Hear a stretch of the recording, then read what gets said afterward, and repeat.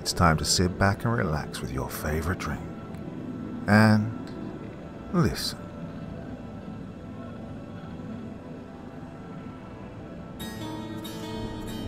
Arizona, a state of great contrasts, home to one of the world's greatest natural wonders, and also one of the largest cities in America, as well as being home to many stories of nightmarish encounters in the mountains and on the highways, as we will see in tonight's collection of 4 stories.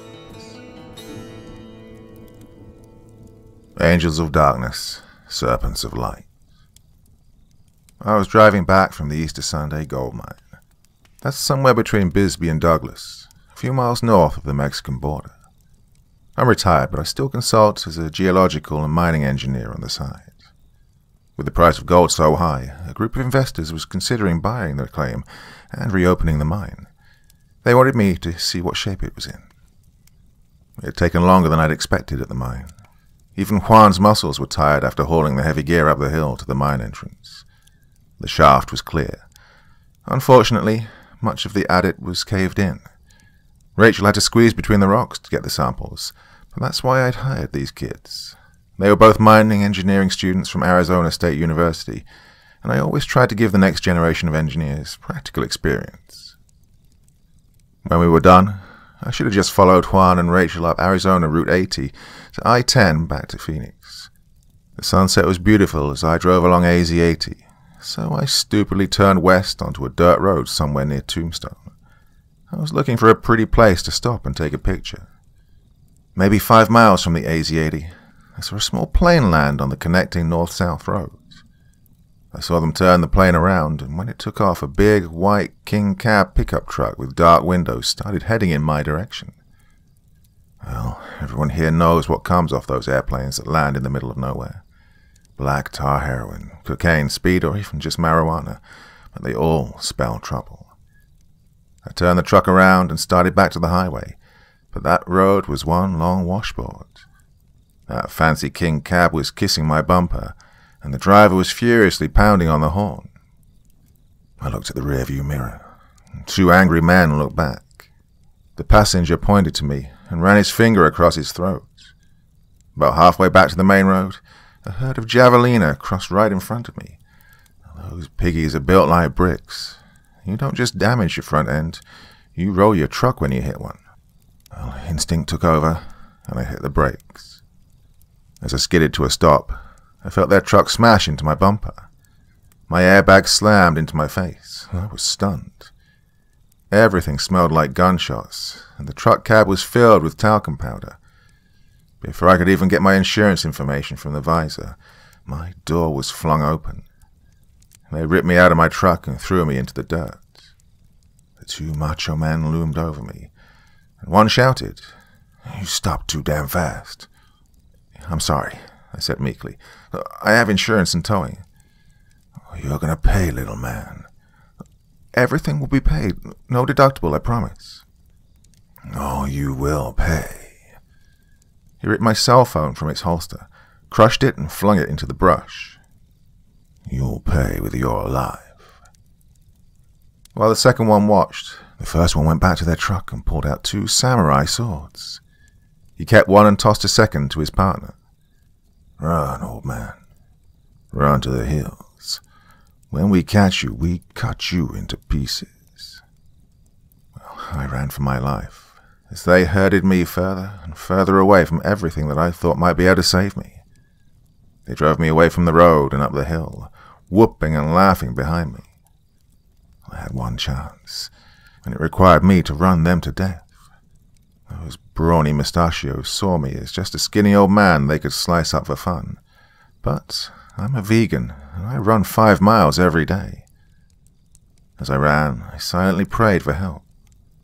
I prayed to the Virgin, asking her to intercede with the Father because I needed my prayers answered mighty fast.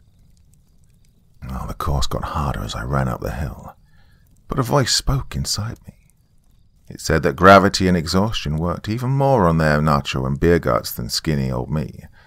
It also reminded me of another secret advantage: hiking shoes instead of their slick-soled cowboy boots. Oh, the further they slipped behind me, the more confident I felt. But then I got careless. I heard the hiss of a scared rattlesnake. When I looked down, I saw my foot going down on the back of a Mojave green rattler. Oh, the poor snake replied the way snakes do. With the speed of lightning, he clamped his fangs deep into my leg. Oh, his mouth felt like a bear trap. Then he let go and slithered away. Well, the snake didn't wake up and decide to bite me. No, I was Godzilla destroying his Tokyo. Because he'd used up all his venom on my leg, he was probably going hungry tonight. Still, I was terrified. Everyone knows Mojave greens are the most venomous snakes in North America. I had nobody but myself to blame for letting my grandkids talk me into those fancy Gore-Tex hiking shoes instead of my old cowhide boots. But that didn't take the pain away or make the venom any less deadly. I begged to St. Barbara, the patron saint of miners, to intercede for me now. My family had trusted St. Barbara for generations. Every mine they began always had a statue of St. Barbara placed near the future tunnel portal during the groundbreaking. I did the same, and had a sterling silver St. Barbara medallion that had been blessed by Pope John around my neck. My daddy had taught me a prayer he'd learned as a boy from his daddy back in Czechoslovakia, and with all the might I had, I prayed it now. Oh, St. Barbara, you who opened your mind to the light of faith through the work of reason, pray that my mind and heart might be ever open to truth, and I may embrace it with all the strength of my soul. Embracing this truth as you did, obtain for me the grace to persevere in all trials. Beseech your divine Savior and mine to protect me from the dangers that press upon me. Oh, faithful Jesus, you who define yourself as truth, shield me with your protection as you covered your beloved servant Barbara. Amen.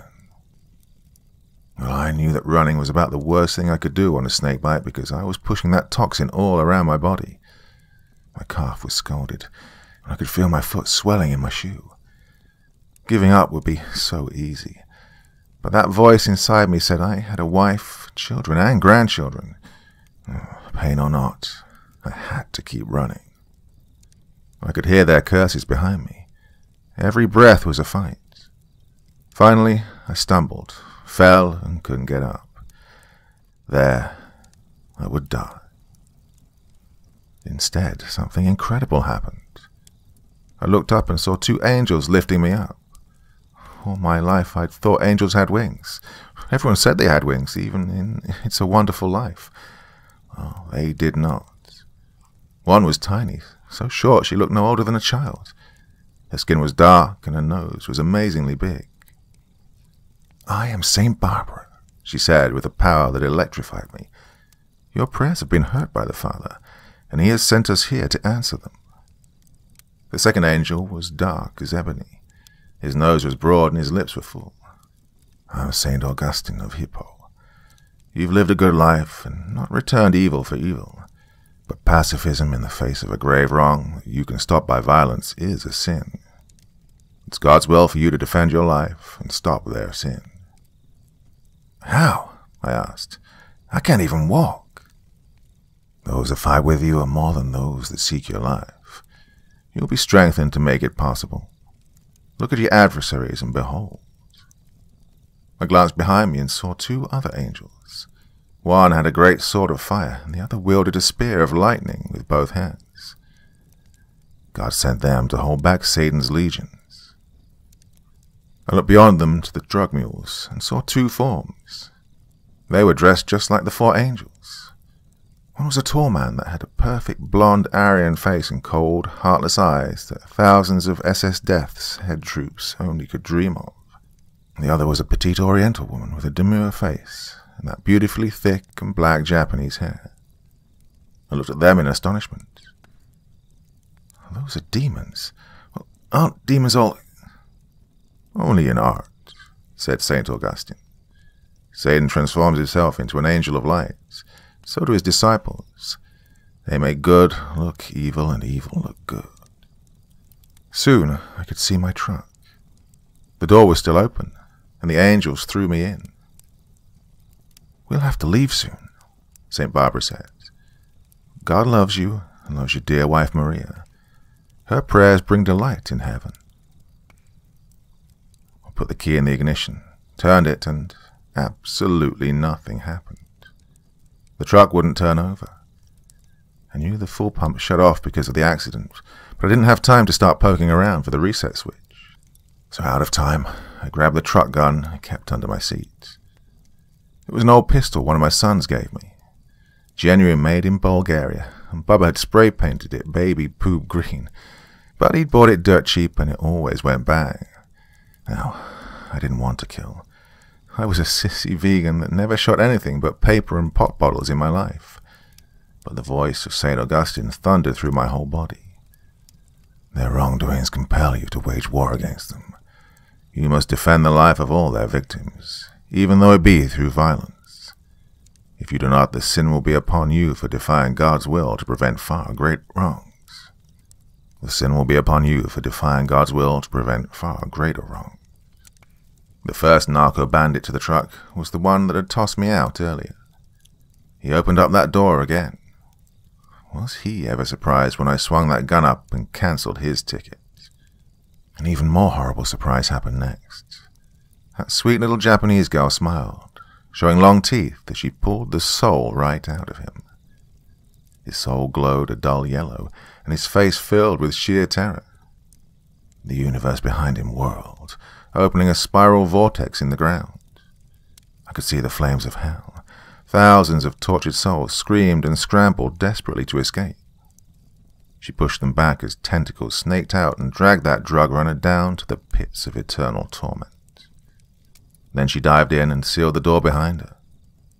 Nothing I'd ever seen or heard could have prepared me for that. Stay focused, St. Augustine said. Keep in the now. Focus on what you need to do next. The second drug runner had shock in his eyes. I leveled the heavy gun at him. The Nazi silently waited. If I killed that cameo, I'd be condemning him to a hell that was more awful than my worst imagining. And so I said, drop it. The demon's ice-cold blue eyes met mine, a smile on his face. Kill him, he roared. The narco raised the sword, yelled, and tried to hack me in two. Fire, St. Augustine thundered. And I did.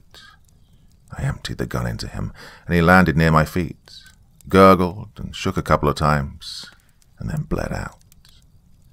I put my hands over my ears and closed my eyes as I turned away, knowing what was next. Nothing could block out the shrieks of those damned souls. Their pain and suffering bored right through my skull like 1,000 dentist drills. I collapsed to the ground, crying. I just killed 2 people. Worse, I damned them for eternity to a hell more awful than I could ever have believed. You only did what God wanted to be done, said St. Augustine, standing before me. You need help, St. Barbara said. Call an ambulance. How? They smashed my phone and threw it away. By now I was sobbing, broken inside. She pointed at the phone hanging from the bullet-ridden corpse in front of me. Use that one.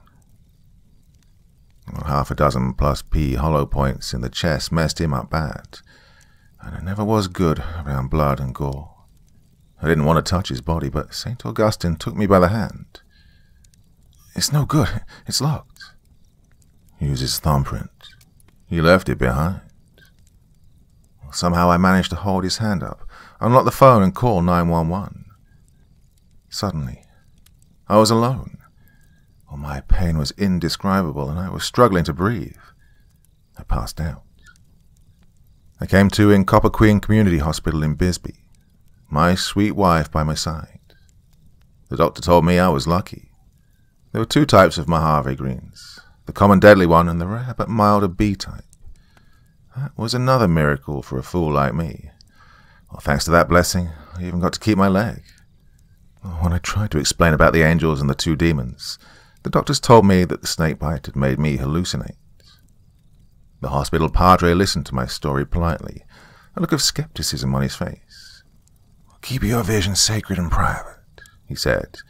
In other words, don't tell anyone or they'll think I'm loco. Eventually 2 cops came to the hospital and took my statement. They found almost 50 kilograms of fentanyl in the drug runner's truck, enough to kill everyone in the whole state of Arizona 5 times over. I told them everything that had happened, including the angels, but they too shrugged my experience off. Both the doctors and the police were unscientific in their pronouncement. As soon as I was able, I researched snake bites causing hallucinations, and found descriptions of people who were addicted to being bitten by cobras in India, and one case of someone describing euphoria and shimmering colors from a cobra bite. But not one word about hallucinations from rattlesnakes. I jumped to a conclusion without evidence, and against volumes of scientific literature. But, well, what's more logical?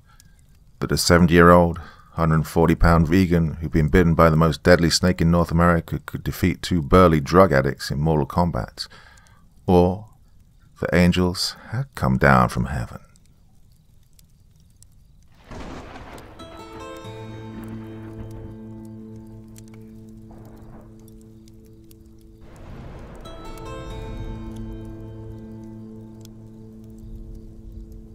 I've seen some unsettling things as a truck driver.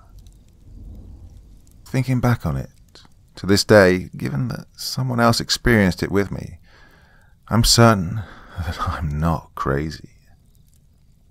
I was traveling through Arizona late one night because I had an early morning delivery, and chose to drive overnight because usually there's less traffic, and as long as you don't stop too frequently, you can usually get farther driving through the night than during the day.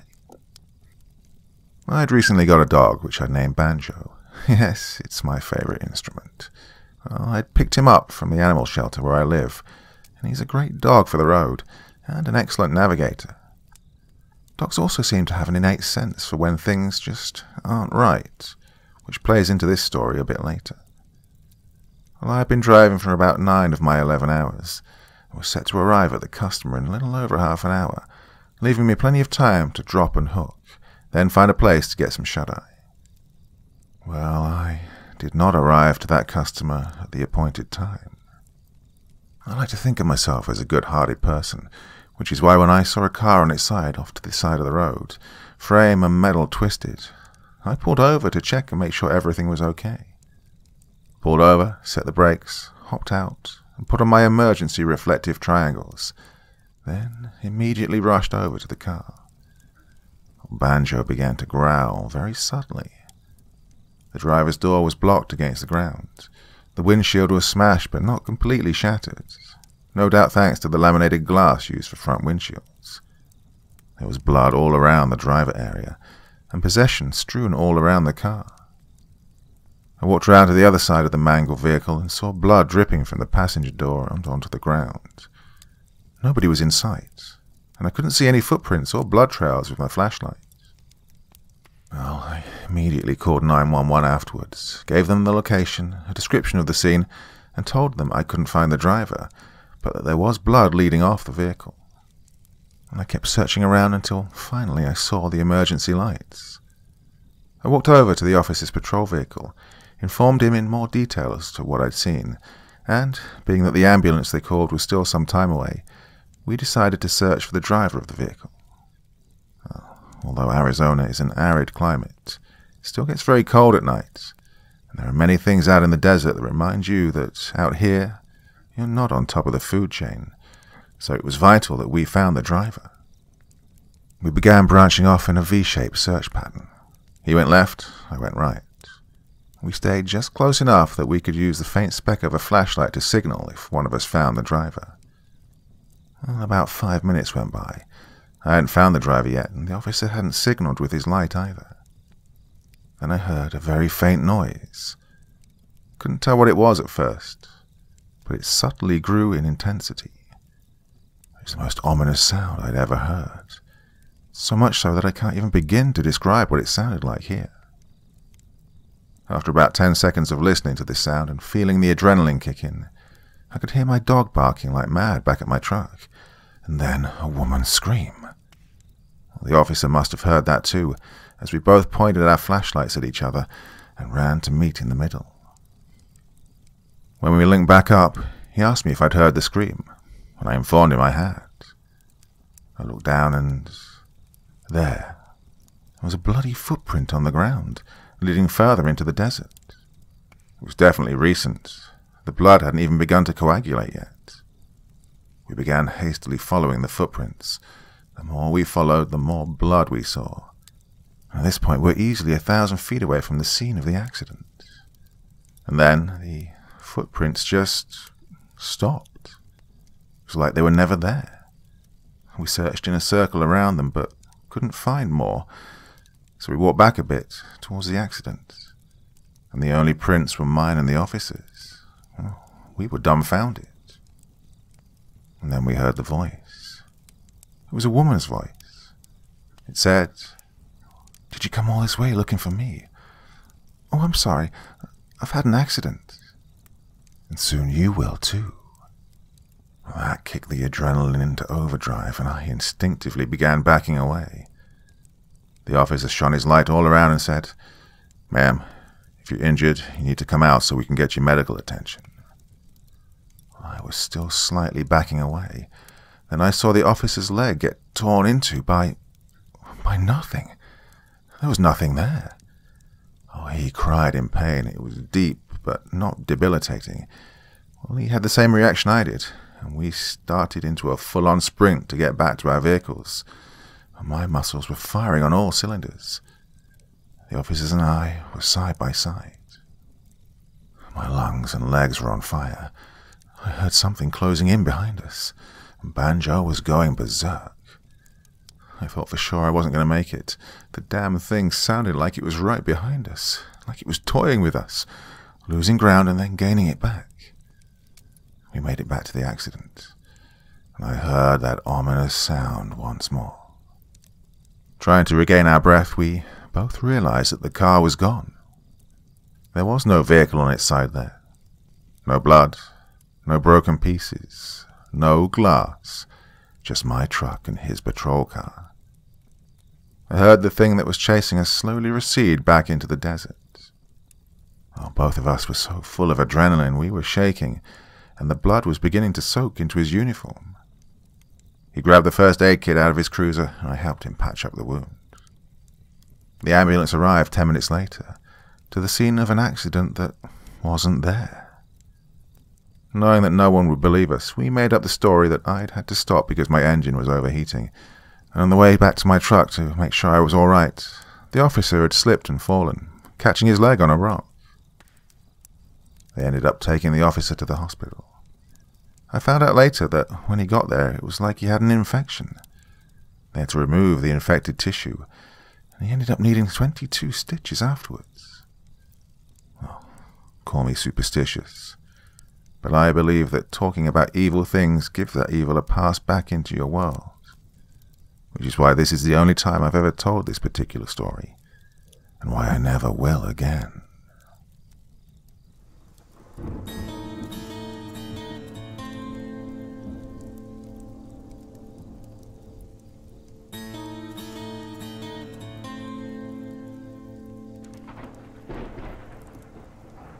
Ash Fork in Arizona. Intelligence Report 5421/1B. Attached to evidentiary review of Incident 5421 in the state of Arizona. Lieutenant Brooks submitting supplemental information for case file. The following is a transcript of an audio file recovered from the Caldwell residence after a thorough search of the premise's basement. 95% of the basement walls were lined with American copper pennies of various styles, fastened with superglue and spaced out in half-inch intervals. Furnishings included one folding table and one folding chair. One corpse, a male in his mid-30s, was extracted and taken to our mobile lab for analysis. Preliminary reports suggest a self-inflicted gunshot to the head. Colt .45 pistol was recovered along with one bullet casing. One audio tape recorder was recovered from the basement. The information on the tape inside the player was used to create this file, which was re-recorded and cleaned by technicians, but quality remains problematic. Significant gaps or issues are noted in the transcript. The initial minutes of the recording appear to be rattling sounds and screeches conducive to microphone disruption. A few random words can be heard through the interference, but nothing clear enough for translation. The evidence suggests the subject didn't have experience working with the device. After approximately 3 minutes, the interference clears up. Transcript now begins. Caldwell. My name is Joseph Caldwell, for the record. I've lived in the town of Ash Fork in Arizona for most of my life. Not that I'm bragging about it.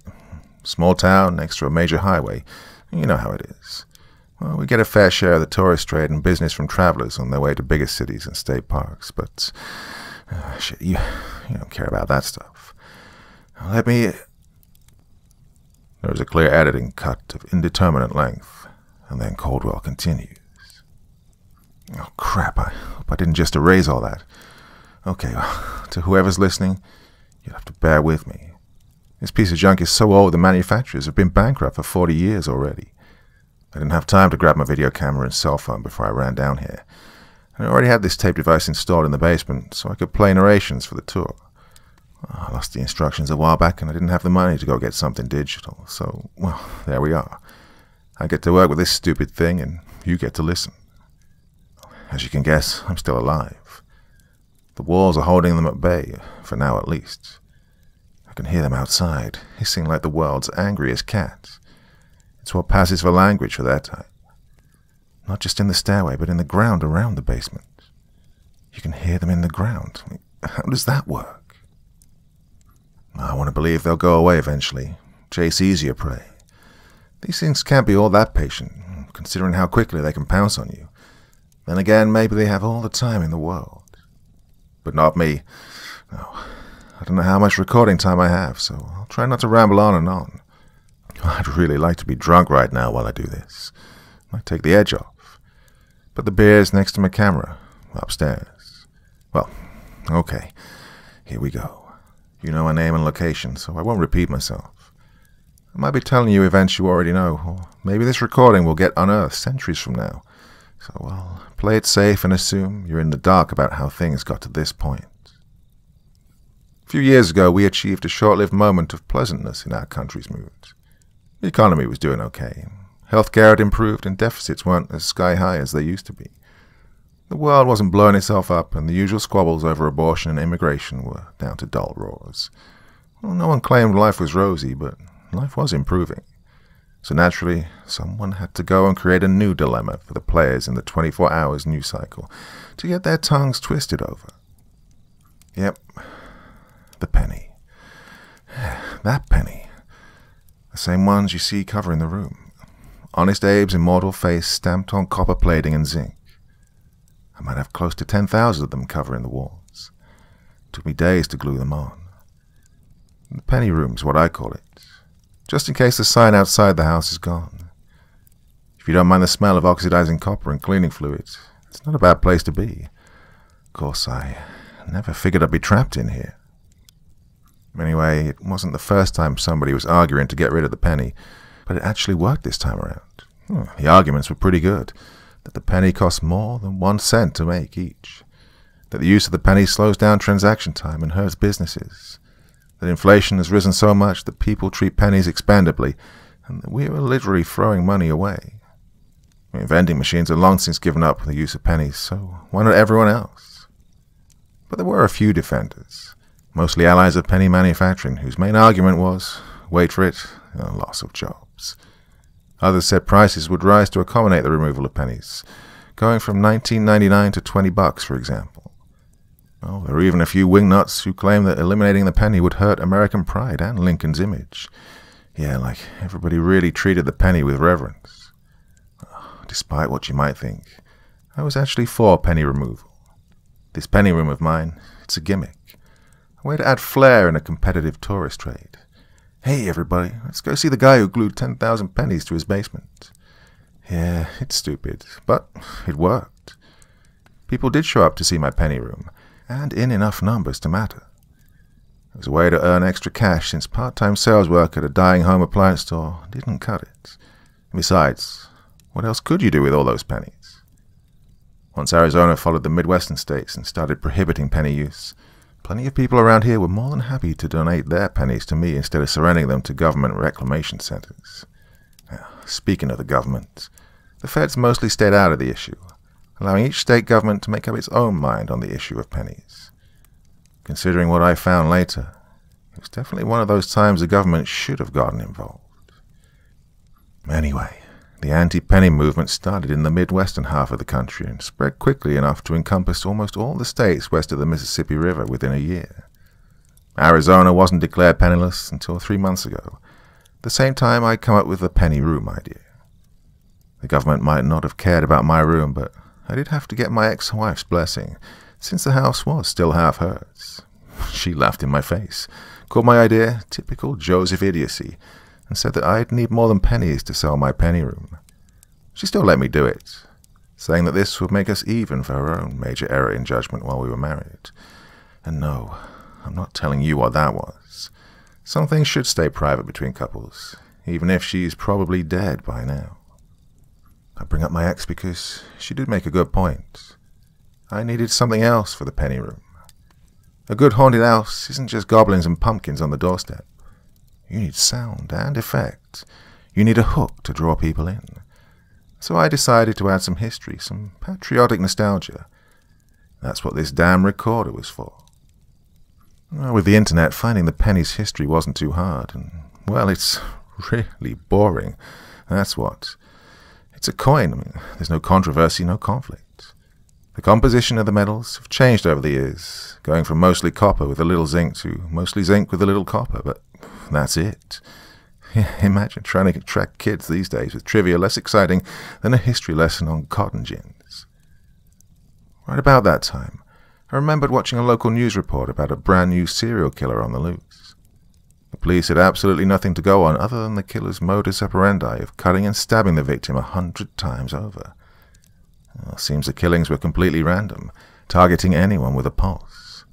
He or she was also quite speedy, with a dozen kills over 5 states in less than 2 weeks. The police were starting to think there was more than one of them, perhaps a copycat or a cult. I didn't think much of it. Nasty business, but none of the killings were in Arizona. I was more interested in finding my hook, and I had to shift through a mountain of online garbage to find my virtual diamond. Well, the diamond's name was April Connor, a lady who lived in my neck of the woods, Flagstaff. There was a listing for her on a conspiracy website involving government cover-ups. Well, according to the site, she was a descendant of Horatio Connor, the true creator behind the 1909 Lincoln penny. A curious bit of trivia, since all the other US coin websites said that it was Victor David Brenner who'd suggested the design. You don't get too many conspiracy threads over the minting of coins, so I looked closer at the listing. She was still alive at the age of 69 and held office in Flagstaff for a few years. She'd used her political connections to get an audience with the Arizona State Congress last year for one purpose. She had argued, vehemently and passionately, to have the state keep the penny in circulation. Well, the debate hadn't gone her way, and she ended up getting labeled as a crackpot. She'd used phrases like national tragedy and complete ruin for our state if the penny went away. After the state government voted to go penny-free, she secluded herself at her home in Flagstaff to avoid media attention. Well, the one sympathetic soul who had climbed aboard her crazy train had written her into his website, complete with contact information. It made finding her easy enough. Now this was my hook, a crazy conspiracy to go with my room of pennies. I admit that it's a pretty lowbrow thing to do, but it was more exciting than the alternatives. Besides, I thought I might be doing April a favor. Maybe she'd want to be vindicated and acknowledged for her ill-fated public crusade.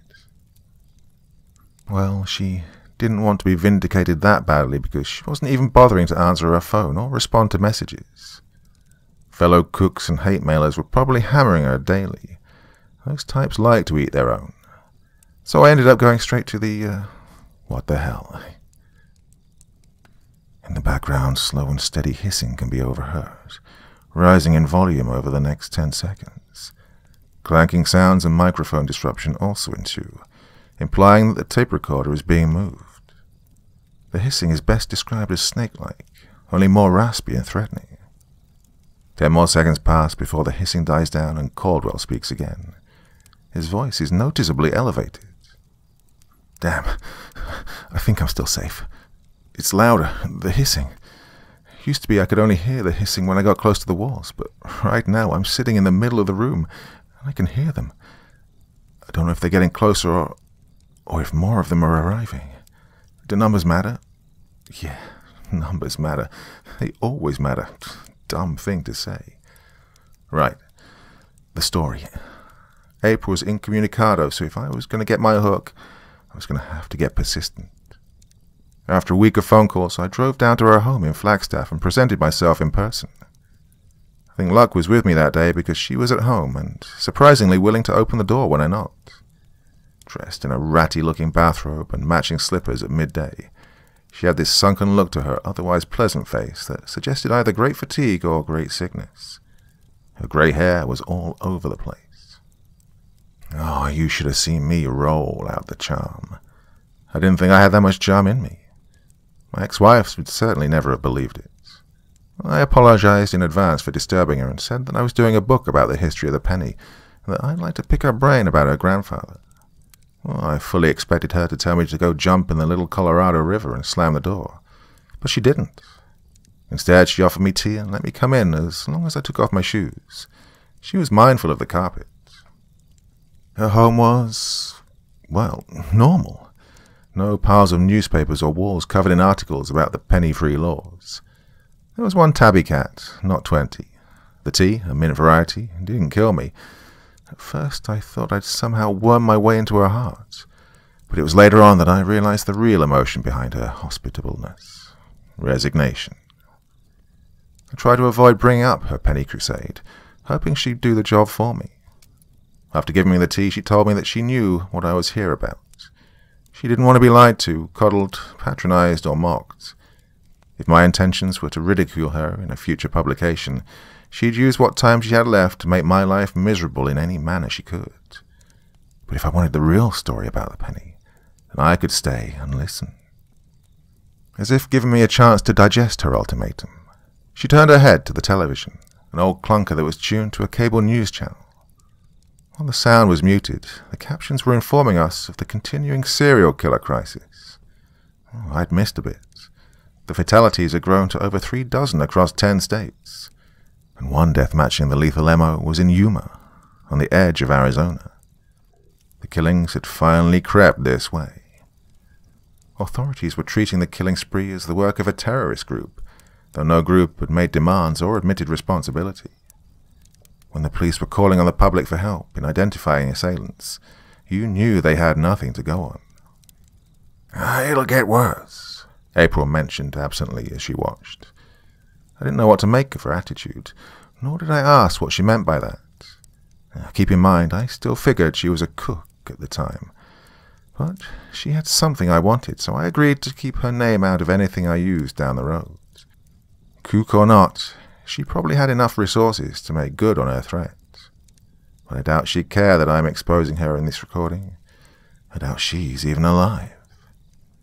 The first thing she did was to bring out her grandfather's diary, one of the few relics from Horatio Connor her family had held on to. Turns out that the Connor family didn't want this particular record to get out.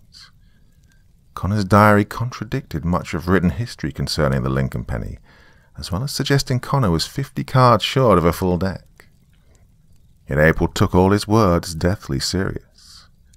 We read the pertinent passages together, those ones from 1908 to 1910, so that I didn't have just April's word to go on. Back in 1908, the current Secretary of the Treasury, Franklin McVeigh, had approached Connor in secret with designs on the new penny. Brenner had been officially commissioned for the job, but Connor's artistic eye and experience in the minting presses was slightly superior. If he could make a better Lincoln penny than Brenner, he'd get the acclaim. McVeigh was hedging his bets on getting the penny perfect, though he never explained why to Connor. He just paid him the same wages as Brenner and kept the deal silent. Using Abraham Lincoln's visage was a given, but they needed a perfect image, something that left no ambiguity and which people could rally behind. Most people saw Abraham Lincoln as a hero of the country, and even in the South, enough people respected him that the government believed the new design would meet little resistance nationally. Lincoln's legacy was also reasoned enough in the minds of the people that their belief in him would arouse more passion. That was important for some reason. Connor wrote about how rushed he was to create the die-cast, that McVeigh was surprisingly stressed out about the project and was always looking over his shoulder. McVeigh wasn't telling him the whole story, that was evident, and it made Connor suspicious. After finishing his part of the project, Connor went and poked his nose around. But before the government managed to threaten him into lying low, Connor discovered two things.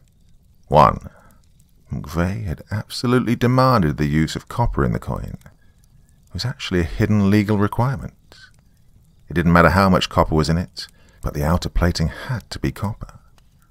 April had checked government records, and the statue remained in effect to this day. And two, the cleaning solution used to wash and polish the pennies as they came off the minting presses had a special additive not mentioned in the chemical's ingredient listing. The special additive was top secret. And Connor's reward for his snooping was to be kicked off the project. He claimed in his diary that Brenner and McVeigh stole his design and implemented it as the Lincoln penny, but he was too cowed by the government to sue or make a fuss. After two government agents visited him one day and threatened him with eternal incarceration, he realized that things were far more serious than just political wrangling over a new coin. He largely disappeared from the limelight after his participation, but his words were definitely conspiracy theory fuel. April's family was happy to shove the diary where the sun don't shine, but not April. Before his death, Grandpa Connor had actually given her the diary, telling her that somebody had to keep an eye on things after he was gone, and April seemed the most open-minded of the bunch. April admitted to me that the diary initially disturbed her, but Grandpa Connor had always seemed like a rational man. Maybe there was something to it. After the diary, April pulled out a massive briefcase full of papers from her investigations over the years. Here's a funny bit of trivia. Getting elected mayor of Flagstaff had actually been part of her secret crusade to uncover the truth. Better access to the government, you see. While she never found a memo or something blatantly incriminating, she had found enough material to form her own hypothesis over what the Lincoln penny's true purpose was, and she was perfectly happy to share her evidence with me. Well, for a 69-year-old kook, she definitely knew her way around a computer. She had an archive of old footage copied from fringe websites, mostly ones talking about spirits and demons and such. She showed me an old black-and-white picture taken during the 1930s from a photographer at the Douglas Haven mining camp in Nevada. He caught on film what appeared to be a very small patch of faint fog or smoke drifting near a group of miners posing for a picture. The weird part was that you could see faces in the smoke. Nondescript, vaguely human faces. There were 5 or 6 of them that I could identify, and they all wore the same emotion. Rage. Turns out that 5 miners died at the site that year, and not from cave-ins or accidents. Added security didn't seem to help, and while the authorities believed a killer was on the loose, the miners claimed that they had a vengeful spirit in their midst. The killer was never caught, and the camp closed 2 months after the last death. I'd have chalked it up to bad photography and weird tales, but then April showed me a viral video from the web. 2 weeks ago, a family of 4 had been walking down a street in San Diego at night while on vacation. The youngest teenage son had his phone out in camera mode, and the family was doing the usual bullshitting people do in front of camera when the father is suddenly grabbed from out of nowhere and yanked down an alley they'd just passed. The son pursued his screaming father down the alley and continued to record while his mum and sister screamed for help. A few seconds later, he spots what looks like smoke or mist rising from his father's very bloody corpse. Just before the kid shuts off the recording, the mist seems to form a wrath-filled face before dissipating completely. Well, most people dismiss the video as doctoring. I remembered it getting mentioned once or twice on the news, but I pooh-poohed it with everyone else. But that mist looked way too similar to the one in the mining camp photograph.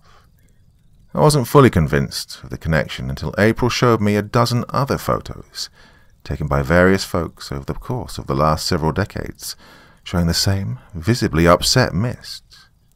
Time and again, each picture was taken before or after someone was horribly killed, usually stabbed dozens or even hundreds of times all over their bodies. Then she showed me records of similar incidents dated before 1909. She'd made a few charts to summarize her data.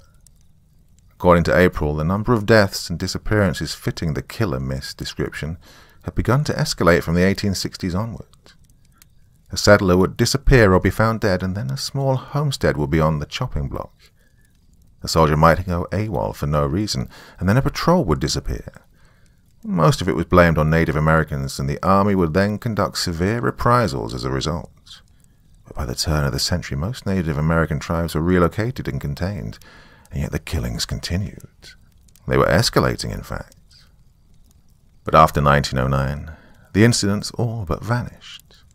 There were still sporadic incidents, but maybe one or two every decade, as opposed to dozens every year. Well, guess what came out that year? Yeah, that was a bit of a leap even for me. The penny was stopping a killer mist.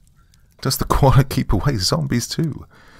I was almost back to considering April a kook when she read a statement supplied to her by a Navajo chieftain she'd interviewed 15 years ago. The chieftain was the great-grandson of Great Black Bear, a Native American who'd been invited to a clandestine meeting with some federal officers back in 1905. When the U.S. Army had found itself unable to stem the killings in the West and realized it wasn't Indians, they'd finally turned to the Native Americans for help in identifying their enemy. In exchange for some concessions that unfortunately didn't last long, Great Black Bear told them the unsettling truth. April gave me a copy of the statement from Great Black Bear. Let me read it to you now. In Navajo, they are called Anaye. In Zuni, they are the Atastia. The Mosopelea call them Yeho. It all means the same. Demons. There have always been demons here. They are spirits that wait in the shadows, spirits that hate the living. Why they are here, where they come from, no one can say. They thrive in the dead places when nature has faltered and withered. Are they created in those life voids, or are they merely attracted to those places? No one can say. Just like famine and tornadoes, earthquakes and fire, they exist. No knife can harm them and no arrow can touch them, but they can kill you with impunity. They have to be repelled, you see.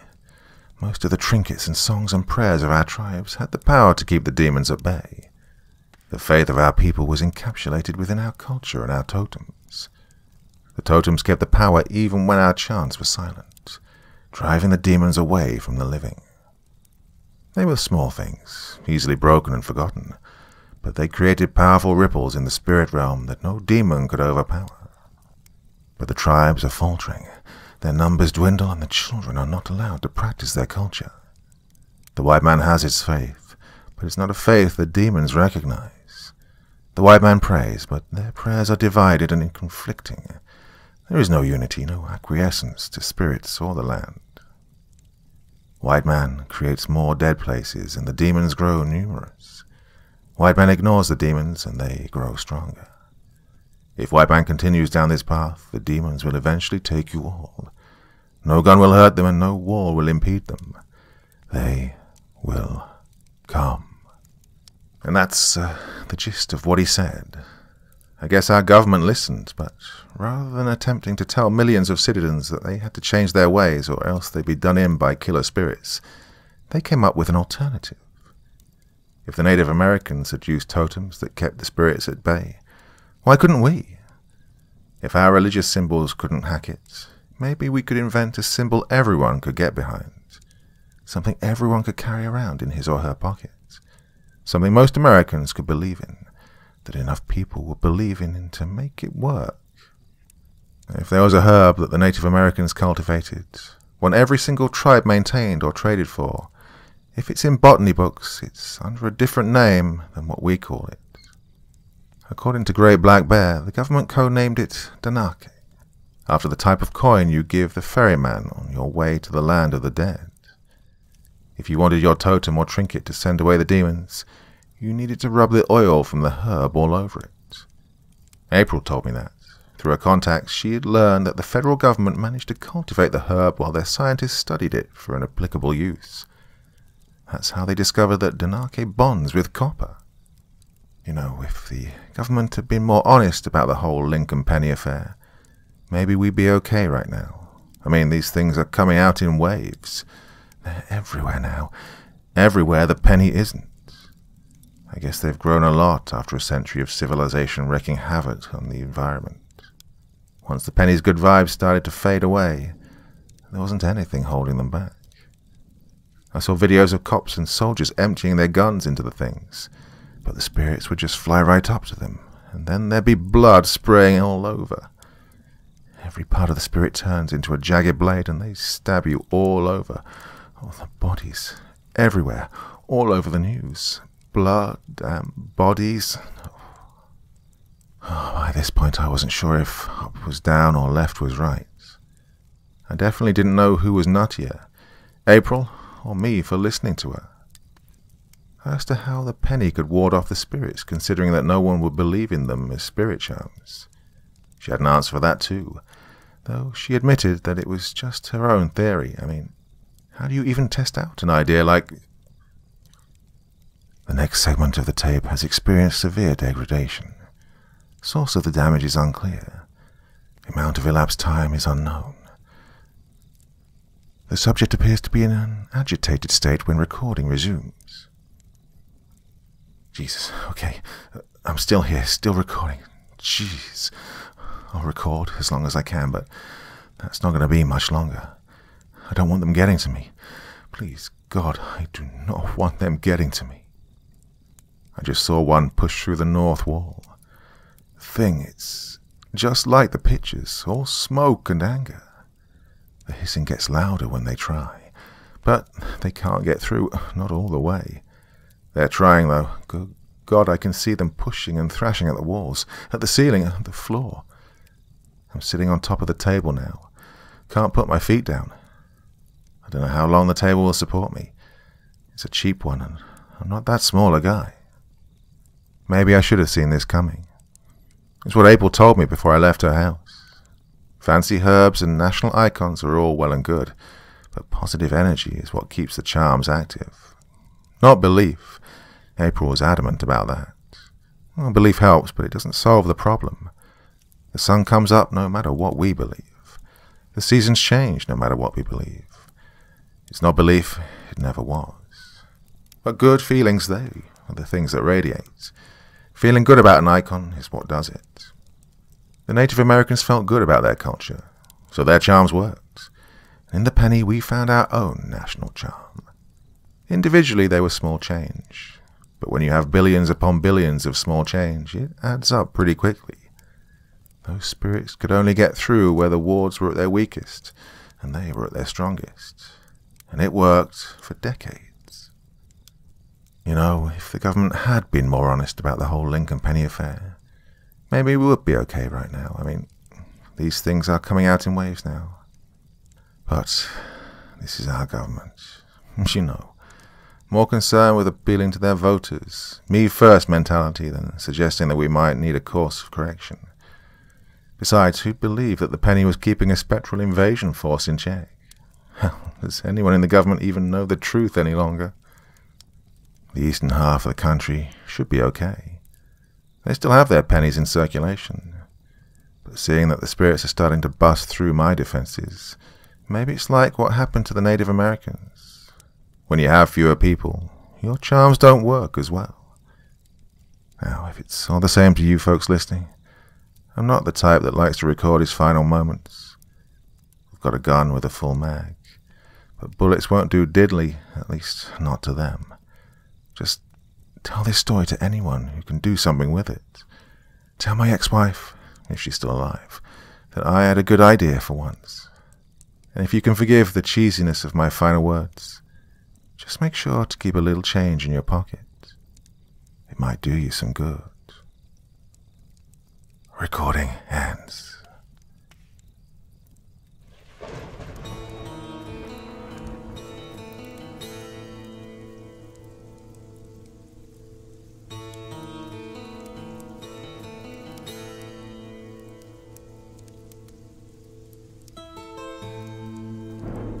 My former best friend, Lucifer.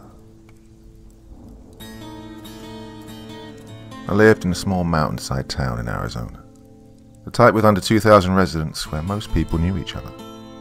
While it was awfully beautiful with its lake and wooded mountain, I've dreaded the place ever since the incident.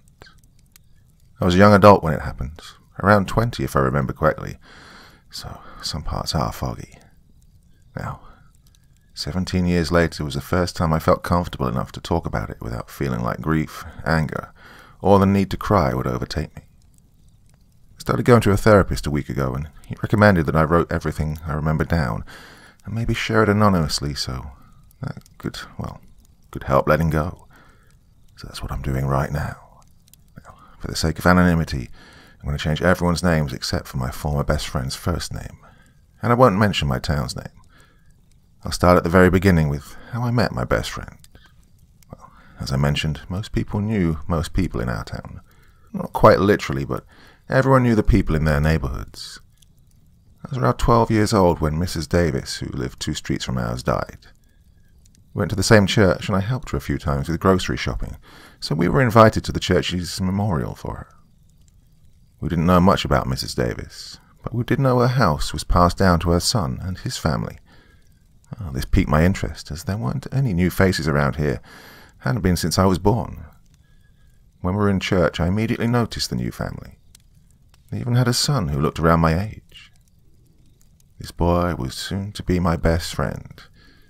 He was the type of guy who, even as a child, unintentionally drew everyone's attention to him. The type who you first noticed in a crowd of people, even if you weren't looking for him.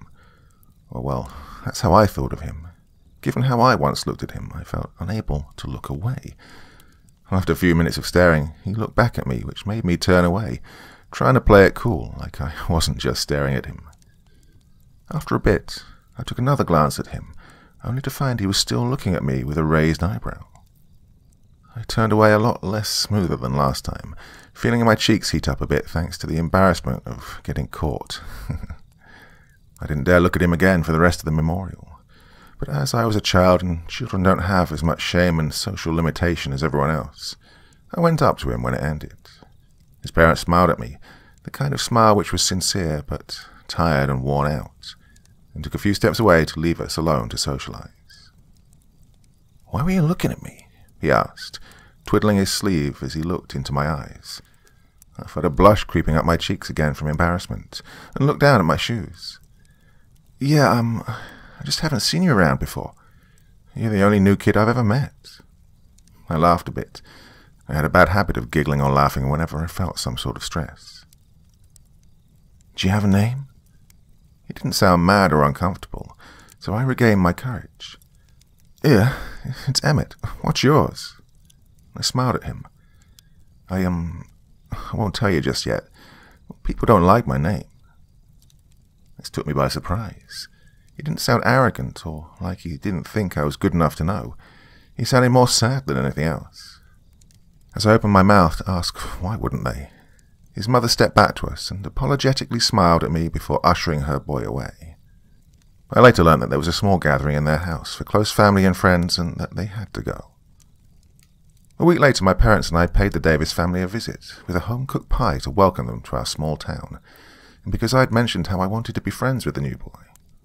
I wasn't overly social. While I had a fair share of friends, I was never all that close with any of them, so of course my parents were thrilled to hear I actually wanted to get to know someone. Plus, they thought it was nice that I'd befriended the new boy, who must have been feeling lost and lonely in a new environment. We went over, and after some formalities came the introduction. Looking back, I now understand why my friend hated sharing his name with others. "I'm Martha, and this is Lucifer. My husband Paul isn't home right now, but I'm sure you'll see him around some other time." The woman smiled at my parents, who seemed to freeze. You see, my parents, just like the whole town, were really religious. "Lucifer? What an interesting choice of name for your child," said my mother with a kind of condescending tone. I'm not sure if Martha picked up on it. It was rather subtle, but the boy, Lucifer, who had been standing by his mother until then, slightly moved behind her as if to hide. I offered him a small smile, which he shyly returned. "Oh, yes, I get that a lot. We chose this name for its original worth. Before his fall, Lucifer Archangel was God's favorite and the most beautiful out of all the angels. His sin was that he loved God too much. We picked it in hopes that our Luce would follow in his steps to love God more than any human. Maria tried to explain with the same tired and apologetic smile I'd seen on her yesterday. I believed her, she seemed sincere enough, but I could tell my parents didn't, even if they were smiling again. I knew when they were sincere and when they weren't. After that, the atmosphere got tense, and a few minutes later my parents made up some bullshit excuse to leave. But me, being a rather stubborn child, I insisted on achieving my goal of becoming friends with Lucifer. So I whined to my mother to let me stay and play with him. Well, my parents weren't happy about it, but after some pleading from both me and Martha, they let me stay for a few hours. I'm sure they secretly hoped I wouldn't get on well with Lucifer. But we did. In fact, we became best friends and were inseparable until our 20s. While we couldn't go to the same class, as he was 2 years younger than me, we still went to the same school, so we played together at recess, ate lunch together, and always went to school and then home together. At first I called him Luce, like his mother, but with the years Luce became Lucy. It started out as a joke, but after a bit it grew on me, and I started calling him it unironically. The first time it happened, it earned me a laugh from him, and I went red with realization and embarrassment, but he said he liked Lucy, if it didn't have a teasing tone to it. Well, I'd looked up to Lucy from the first time I talked with him. He was so unapologetically himself, and he owned his name. When I was around 15 and he was 13, he explained why.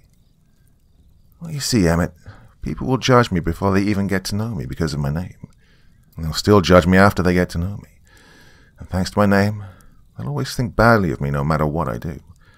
So it's unnecessary to cater to everyone around me because it won't change a thing. He said something like that, if I recall correctly. He lived by this philosophy and just didn't care what people thought about him, and I admired him for it. He was out of the ordinary, which made him more interesting than anyone else. But most people didn't see him like that. Like he said, they judged everything he did, and even if the kids slowly warmed up to him at first, they still kept their distance, and the adults didn't give him a chance. The older we got, the meaner the kids got with him. He was never outright bullied, though. He was just outcasted, and a lot of rumors spread about him. He didn't mind them. He even found entertainment in some rather radical ones, like how he was the Antichrist, or how he brought a curse on the town when he moved here. I, on the other hand, got frustrated with all these lies, and for the first year I tried defending him to no avail. I stopped after he asked me to. He was perfectly capable of defending himself and standing up for himself when he needed to, but he knew fighting the rumors would be like tilting at windmills. I remember one that was the most widely accepted, to the point even parents and teachers believed it was true. It was that he was gay. Well, he never addressed this one with me, so after some months I asked him if it was true. He asked me if I believed it, to which I hesitantly shrugged. Well, are you? Because the rumor started thanks to how much I hang out with you. People think we're dating, so if I'm gay, you must be too. I understandably nodded and apologized, now feeling guilty for it and also stupid for asking. Stop. You aren't at fault more than I am. Look, I hang out with you as much as you hang out with me. He carelessly laughed and I smiled. I realized that it didn't matter at all, so it never came up again. I was in 10th grade when I got my first girlfriend. My parents were thrilled, and I was sure they'd already started planning our wedding when I first told them the news. Especially how they also heard the Lucifer is gay rumor and got quite concerned with how close we were. She was a 15-year-old girl from Lucy's class. Let's call her Grace. Some weeks before we started dating, Lucy told me a girl was interested in me because she'd been asking a lot about me. Later she told me it was because she saw me every day with Lucy and found me cute. We started talking then, eventually dating. She was a nice girl. I can't say anything bad about her, really. Well, we didn't date for longer than 4 months, I think. The longer I was with her, the more distant Lucy became, to which, in response, the gloomier I got. He said it was so that he wouldn't hog me from Grace. Now, I don't remember if I believed him or not. I broke up with Grace saying that it was me, not her, and while I loved hanging out with her, I just didn't feel the spark. She tried to talk me out of it, begged me to give us a bit more time, and then got angry and said it must be over Lucifer. The shitstorm that caused. got a lot of scolding from my parents, and the upset Grace told everyone she broke up with me because she caught me making out with Lucy, which, needless to say, wasn't true, but everyone believed it. After this, I fell back into my normal routine of hanging out with Lucy. He didn't care about the rumors, and I was just happy that my friend was no longer so distant from me. Even though I told both Grace and myself Lucifer had nothing to do with why I broke up with her, now, if I look back at it, he had everything to do with it. While Grace was nice, she wasn't even close to being as interesting and intriguing as Lucy was. I found myself missing him and wishing to talk with him instead of her 2 months into dating. In the end, I chose his company over Grace's. As much as I would have denied it as a teenager, Lucy had the biggest impact on me. I followed him in everything and would have doubted myself for seeing the sky as blue if he told me it was pink, which is honestly strange. I was never an impressionable person, and no one had this big of an effect on me beside Lucy to this day. He was really interested in everything supernatural. He'd constantly talk about some new cryptid he'd read about, or tell a chilling ghost story, which he never seemed to run out of. He read a ton of books about mythology, urban legends, and the like. Whenever I visited family, I always secretly bought him new ones, as our religious little town didn't have more than a few. After a bit, I found myself also interested in the occult. Lucy also wasn't a Christian. He once told me how he thought the Bible was bullshit, and that he didn't want to believe in a God that is as cruel as the Christian one, which is kind of ironic with his name.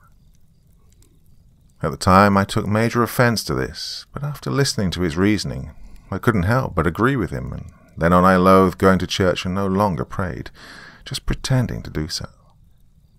I can't determine what religion Lucy was part of. He seemed to believe in something new every other month.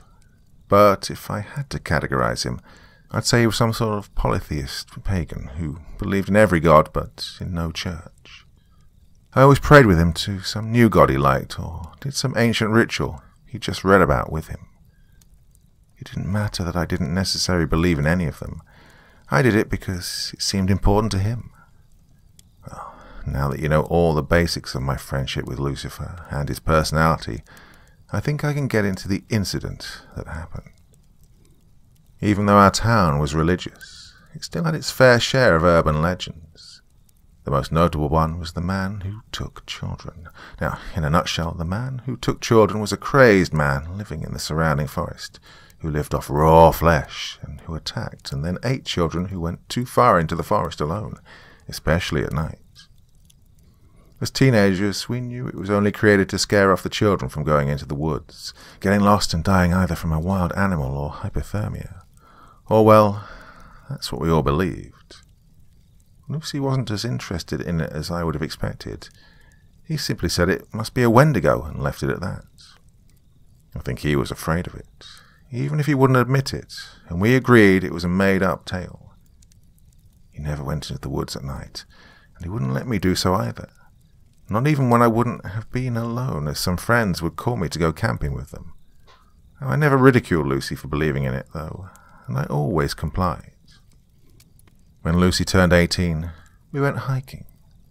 We did that a lot given how there wasn't much else to do in a mountainside town, but this was new because we went further than we usually did, and we went off the beaten track. After a couple of hours of walking, we got to a nice small clearing, which seemed to be the end of our made-up path.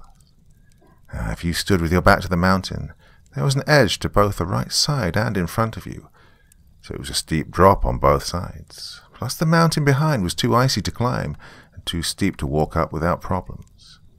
So we decided to stop for a bit before heading back. The landscape with the pine trees, the lake beside our town, and the small, sun-drenched rooftops and roads of our town were all beautiful. But after taking a look around, I noticed something. There was a bush on the edge of the clearing, but something was off about it. I got closer and was taken back by what I saw. The bush was decorated with small skulls. They looked like baby skulls, but not quite. On their surface were a lot of small circular markings which felt like the surface of teeth. I was about to gag when a huge migraine kicked in. The world went black for a second before I saw images flickering before my eyes. They were fast, and I was afraid of getting some sort of seizure caused by the constant light changes. I can't remember exactly what the images I saw were. I just remember them being very unsettling. Dead animals, the dark forest, running people, crawling maggots, and a faceless man is all I can call back, and even thinking about them now makes my head throb. I must have fallen because when I started regaining my senses again, Lucy was desperately trying to pull me up to my feet while saying we needed to leave immediately. After a few seconds, I managed to get up again, and we started hurrying back. It didn't take long until we heard a scream. It wasn't like any I've ever heard. It sounded like it had come from two sources at exactly the same time. One was a resonating deep howl, and the other was a high-pitched screech. We looked back and saw a thing sprinting towards us. Ever since the rumors and bad looks had started when we were young, I'd slowly developed this protectiveness over Lucy, so my first thought was about how I could save him. After taking some sharp turns in the woods, long ignoring the path, I heard him wheeze for air. While he was in shape, he wasn't cut out for running more than 2 minutes straight. On impulse, I stopped, making him bump into me, and pushed him into a fallen trunk that had looked big enough to cover him. I didn't give him enough time to say anything. Don't move and stay hidden until you can't hear me and that thing anymore. Then start running through the woods and don't stop till you're home, okay? I whispered to him before I started running back to the path, shouting and bringing as much attention to myself as I could, anything to get it away from Lucy. That was the first time I saw him cry and look so powerless. I ran for what seemed like hours with that hellish monster at my heels when I reached a bigger clearing. As our town was a famous tourist spot for hikers, this clearing had a small building with toilets in it. You know, the kind which had 4 small toilet stalls, which looked like the ones in public schools. Well, I ran in the building and tried hiding in a stall behind a closed door. The creature clumsily came after me in the building and tried its hardest to get me out of that damn stall. This was the first time that I got a clear look at it. It had long, thin arms, but small legs, which reminded me of a child's legs, just with freakishly long feet. It had long claws and kept clawing at the stall door. A non-stop screaming started sounding like "ouch" over and over again after a while, which brought back the same throbbing headache from before. It ripped off the door's outer handle, but couldn't make the door nudge. I crawled up in a ball on the toilet seat, as far away from the door as humanly possible, when it started reaching in from both above and under. Then it tried poking its head in.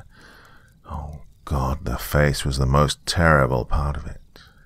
It had thin black hair clinging to its scalp in patches. Its eyes looked like sunken-in frog eyes that were on the sides of its face, too far from each other and one slightly above the other. Its mouth was small and was filled with small, blunt teeth, and it looked like it had large cuts across its face, starting from its hairline, and it had a large hole where a human's nose would have been. I still have no idea how its face stayed together. I prayed to all gods and spirits that Lucy had told me about to keep me safe.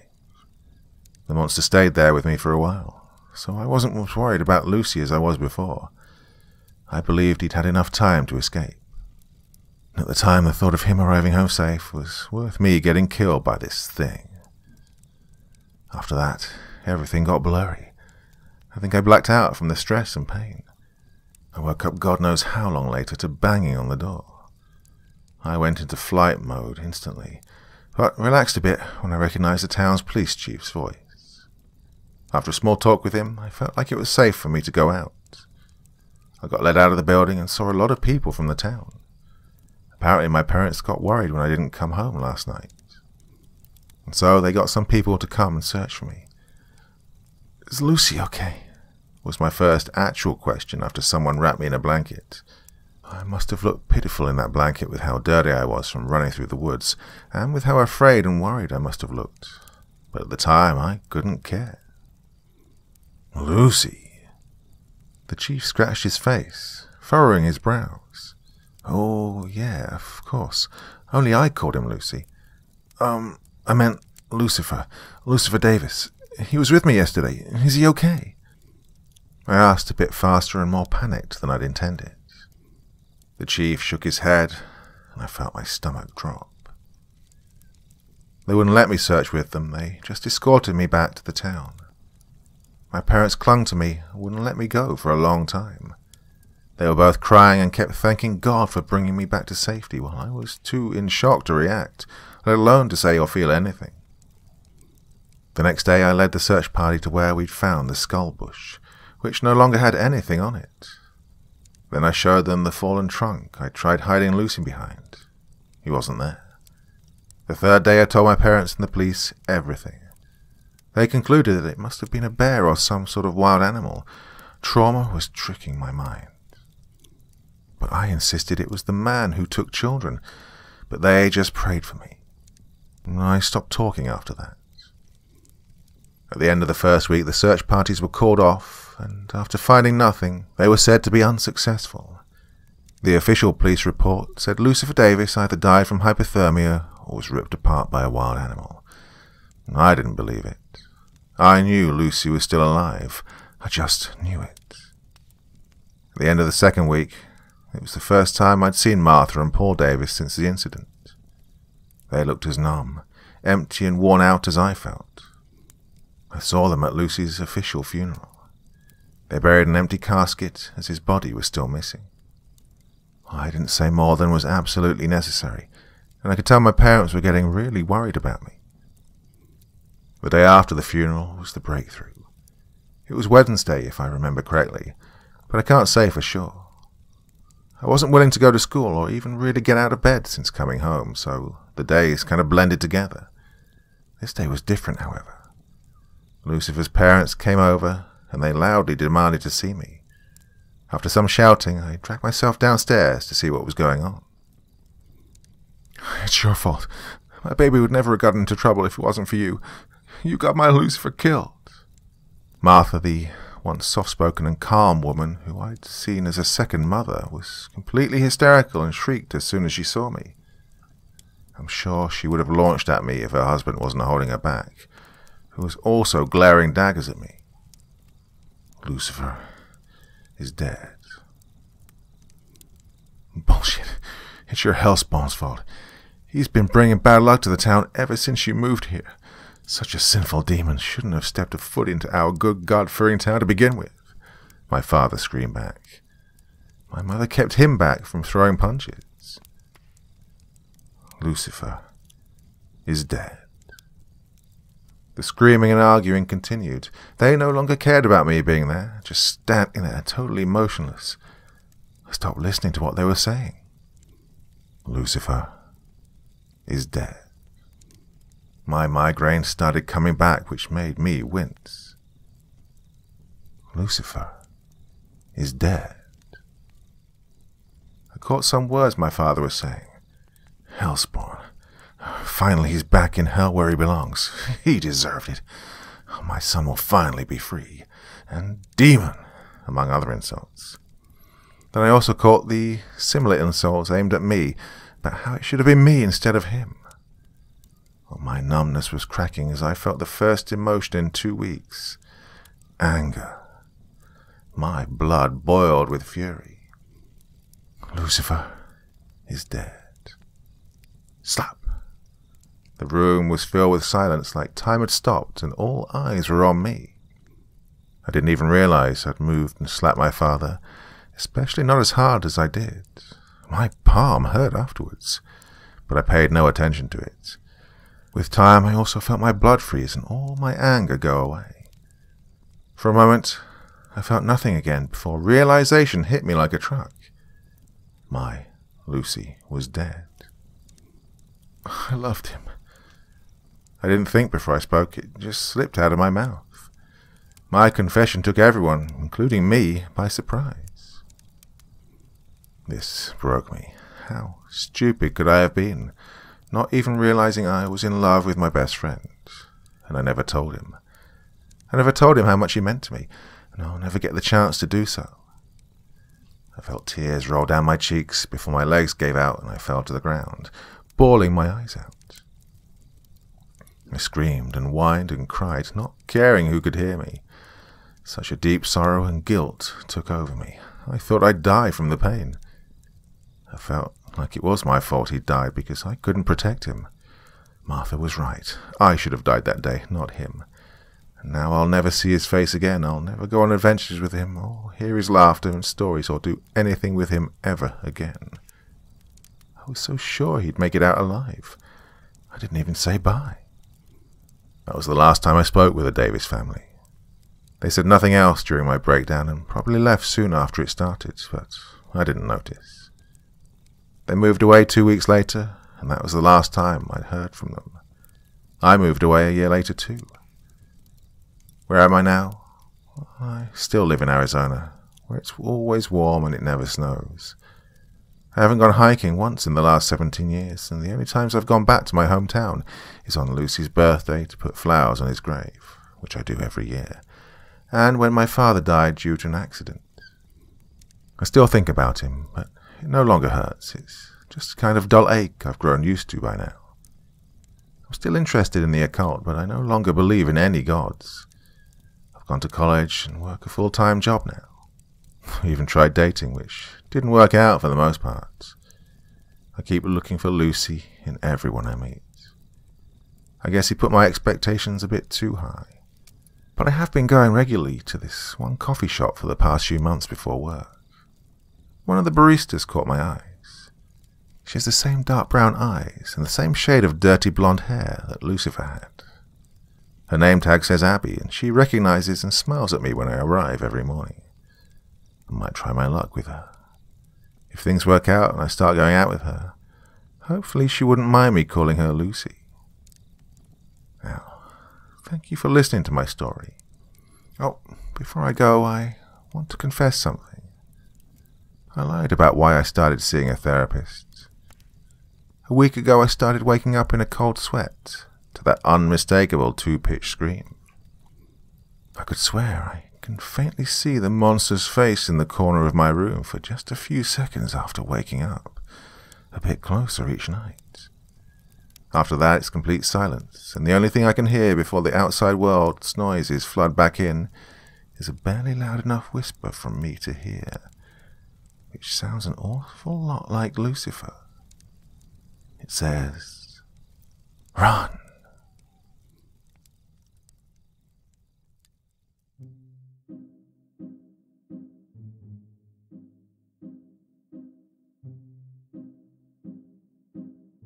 So, 4 stories for you this evening, because why the hell not? All of them based in Arizona, set there, and, well, just seemed like a good theme, to be honest with you. So why not for this beautiful, beautiful November Friday evening? So yeah, started podcasting, and quite a few of you are paying a bit of interest. If you haven't discovered them yet, then please head over Spotify, Apple Podcasts, and anywhere else you may care to find your podcast from. I'll be there for you. Wait. Now, in the first few weeks, I've been basically revamping stuff I've done here on the channel, but in forthcoming episodes, it'll be a mix of new stuff exclusive to the podcasts and some stories I've read here before, so hopefully that'll pique your interests. Well, that's enough for me for, what is it? It's Friday already, isn't it? Oh my god, what happened to this week? But I will be back again with you very, very soon. Sunday evening. What do you feel like? Let me know in the comment section below, and that will be your Sunday evening treat. Till then, my dear friends, very, very sweet dreams, and bye-bye.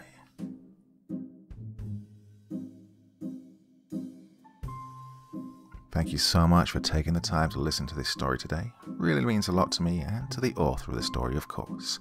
Well, if you want to know more about me, I'm pretty much everywhere on social media. You can find me on Facebook, Twitter, Instagram. You can download my music on SoundCloud. I've got a Patreon if you feel like. Throw me $1 or $2. Very much appreciated. And of course, on Reddit, I have a place where you can leave stories if you want me to read one that you've written. Well, hoping to see you all again very soon. Till then, sweet dreams, and bye-bye.